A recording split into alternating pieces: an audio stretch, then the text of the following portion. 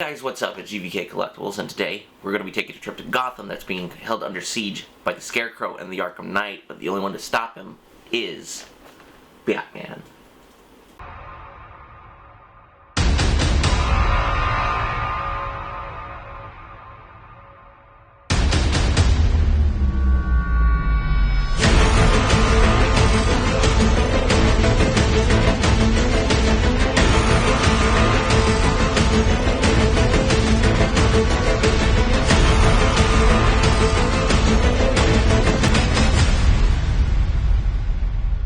What's up, guys? So as I said, we are going to be taking a look at Batman, but just any Batman. This is the one from the Arkham Knight game, aka the last one within Rocksteady's amazing trilogy featuring Arkham Asylum, City, and this one, of course. This was the last game, of course, but ultimately that I guess is going to kind of change with that Suicide Squad game, because it's supposedly set in the same universe, even though the characters, especially Deadshot, looks completely different comparative to his Arkham Arkham City look. So it's very interesting and very weird. But anyway, let's get on to the figure. So this was a figure I was very, very excited about. Like, I really love this particular design of Batman, and when McFarlane announced it, I was very, very excited. And he comes with a lot of accessories. I think a lot more in comparison to the DC collectible one that came out around the time of the game. The game is a little bit, I think 5 years old at this point, which is kind of hard to believe. It's a really cool game, really fun game. We kind of relied too much on the Batmobile, and I think that's okay. But as always, with the McFarlane DC Multiverse figures, you get this wonderful window packaging, which looks really, really good. I wish they would do, more figure companies do this. I mean, they kind of do already, but like a lot of... I think it's just really, really cool. I love the design, the look of it. And you get on the side, you get Batman, the Batman Arkham Knight. Then you get the Batman Arkham Knight logo, which I've always loved. Then you get this wonderful production shot of Batman from the game himself. You also have other figures available at this point, so you got pretty much all the ones that we knew, I think, from the Flash video. So you got Dawnbreaker, you got Devastator, you got Azrael from the White Knight, I think Curse of the White Knight, I actually believe, the sequel series, Murder Machine, and, of course, the Grim Knight, who was our, last week's review, but the week before that. So, and then you get McFarlane Toys, you get pretty much all the information, the barcode and everything, and then you get Batman again on the side, and pretty window. So with that out of the way, let's get Batman out of the packaging. Alright, and here we have the Arkham Knight Batman out of the packaging, and I gotta say, I think this may be my favorite Batman figure that I think I've ever had from McFarlane. I mean, this is kind of topping, ultimately, the Rebirth Batman, which is only the only regular Batman I really have. I also have the animated Bruce Timm, the Batman from the animated series, but in the style of the Neil Adams design of Batman, which is a really, really cool figure I like, but this one I think is ultimately my favorite. I really, when Arkham Knight first came out, I really, really loved the suit of this particular Batman. I thought it was really, really cool. It was a lot more techy, just because Gotham was under siege, so he had to definitely get an upgrade, because you start out with the regular Arkham, Arkham Asylum and City Batsuit, which in itself is a really, really good, well-done designed Batsuit, and I think I was actually debating to pick up the figure, then this guy got announced. I'm probably still going to pick up the Arkham Asylum Batman, just to have him, because it seems like a cool Batman figure, but man, I really, really love this particular Batman figure. I love the utility belt, I really love the armor, because it's something that you don't really get to see on Batman too often. I mean, you get to see that within the New 52, quite a bit, and even the new in the comics and stuff, but just generally this suit is very, I think somebody it's kind of almost Iron Man-esque, but not at the same time, even though I think the suit's really, really cool. And also I kind of feel like when they revealed the Robert Pattinson's Batman, the costume design, it even though it's not a tech suit to a degree, but a lot of the aesthetics and everything reminded me a lot of this Batman. I really love that suit, and I hope with that movie coming out this coming year, I can't wait to get that figure from McFarlane. Hopefully they'll do it. I mean, they did the Wonder Woman figure, so they're probably going to be doing the Suicide Squad and and the Batman figures. So before we jump into articulation or even like looking at the details of the figure, he does come with a few accessories, a lot of cool accessories too. So let's jump into those real quick. And as I said, Batman does actually in fact come, this Batman particularly comes with some accessories, quite a bit more than I think the other Batmans I've had. So so let's jump into it real quick. I think the first one, the basic one, of course, is the base. This is just something that's standard that comes with all the DC figures. Actually, really all the McFarlane figures now, which I really appreciate it. I think it's really cool, and it really makes it stands out. I really actually love the little DC logo right there, and I generally like these little stands from McFarlane. They're a really good touch, just because usually sometimes these figures necessarily have, at least in my opinion, like have a hard time standing up on their own, which is probably one complaint that I'll have about the figure, but other than that, I think the figure's like good. So of course, like always, he does actually come with the training card, which is really cool, showing that wonderful render on the back, like from the game, and it gets all his stats. And I actually looked, I think each Batman, so the Grim Knight is actually completely different, like him, and I think the Dark Knight's Metal Batman are completely different, like heights and everything, so the Batmans are a little different from game to game, which I thought they would all be the same. So, and of course he comes with a few gadgets. The first one notably is Batarang, really well sculpted, I think, from McFarlane. It's also got a little bat logo. This also can offer up as a it's a thick plastic, and it's also kind of like pliable, so it doesn't, there's no breakage for it, which is, I think, always a good thing, I think, with these, because you always want like really kind of like pliable plastic to use. I think it's the same material that the guns are used out of for the Grim Knight. He also comes with the explosive gel, so whenever you needed to get through a wall in the game, if you're doing a Riddler quest or just trying to find a secret, like this is how you would get through, which is really cool. It's really well detailed. The handle, it's a really cool look. All of these are pretty much black, so like the paint apps aren't necessarily not the best. It's more of a flat color, but like I felt like most of the stuff Batman has is black, so it's kind of not like a cheap cop-out or anything, but it looks really good. It's well sculpted, I think, in my opinion. Then the next one, of course, this is the Disruptor. So this is basically if you can electrocute people. It's called not the Disruptor. Sorry about that. Let me get it. It's the Remote Electrical Charger, the EC gun, which basically what this does is it shocks people. You can use it with electricity. You can power up generators, and indestructible magnets. So that's actually really cool. So, and this is really well detailed, really well sculpted, I think. Once again, like the Batarang and the explosive gel, like the detonator. Once again, it's done with this kind of pliable plastic. It's all black. There's not really a lot of detail, even though on the picture, I was actually trying to look for actual. Like if you actually look at this thing in game, there is like little details like this, like there's a few like hints of gray throughout the whole thing, like the little circle right there, and like the barrel right here is gray, kind of but like ultimately I think it's okay. It's really well sculpted, and I'm really glad McFarlane included it. It's really cool to see the Batman figures come with like, especially the ones from the games, come with like all the accessories that you use, like all the equipment you get to use in the game as Batman, which is really cool. So, and of course, as I said, the card. So with that out of the way, let's jump into Batman himself.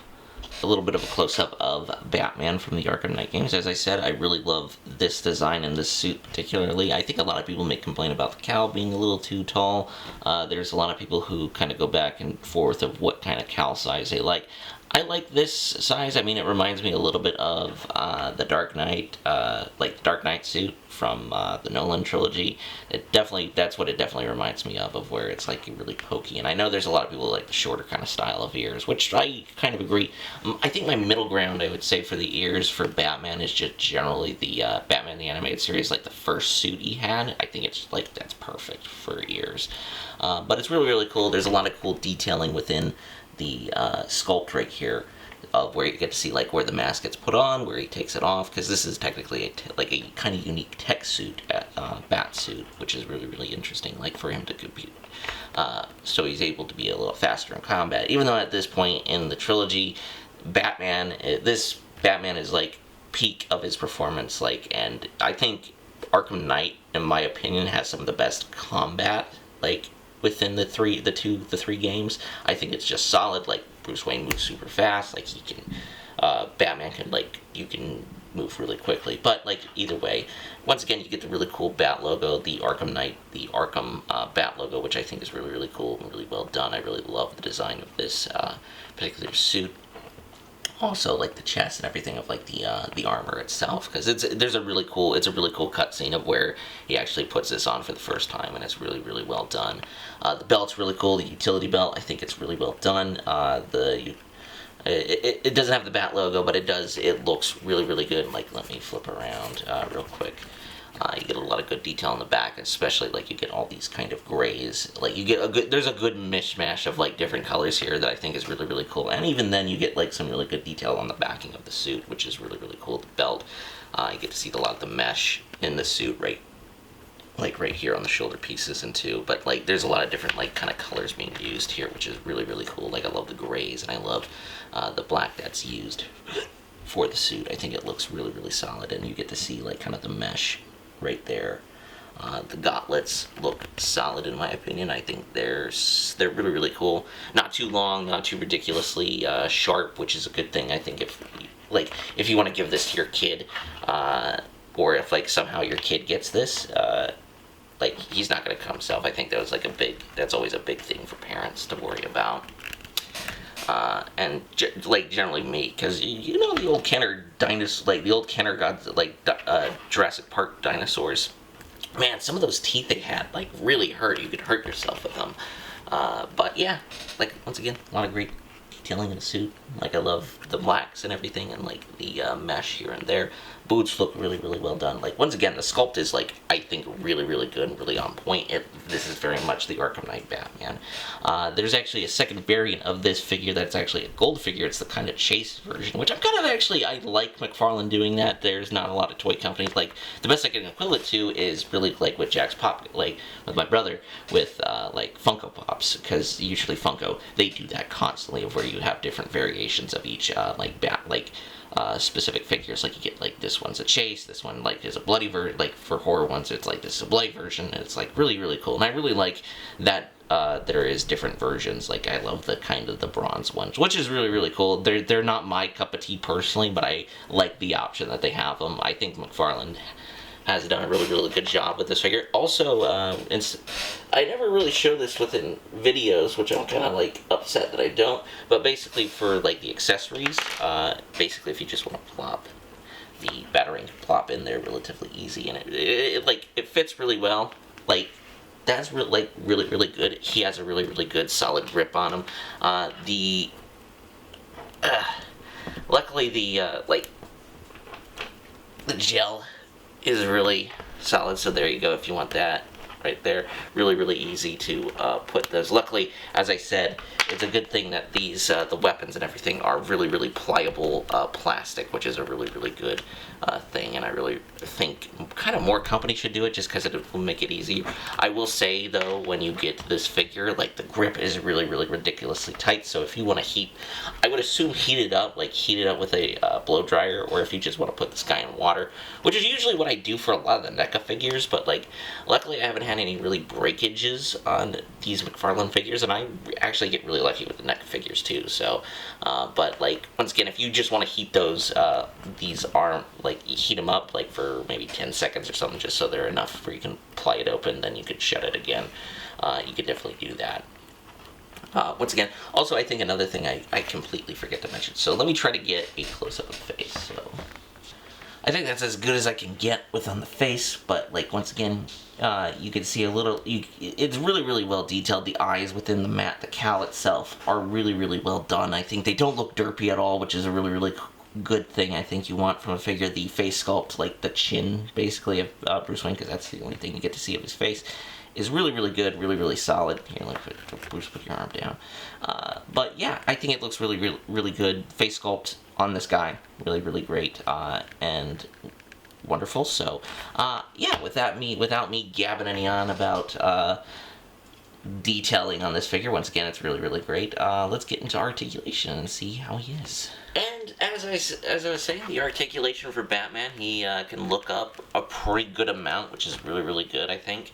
I think this is the best of how Batman can look up with any of the McFarlane figures, which is really, really good. He can look down really, really good, because it's kind of a unique joint. I think it's like a ball joint with like kind of like a little stick. I'm not completely sure.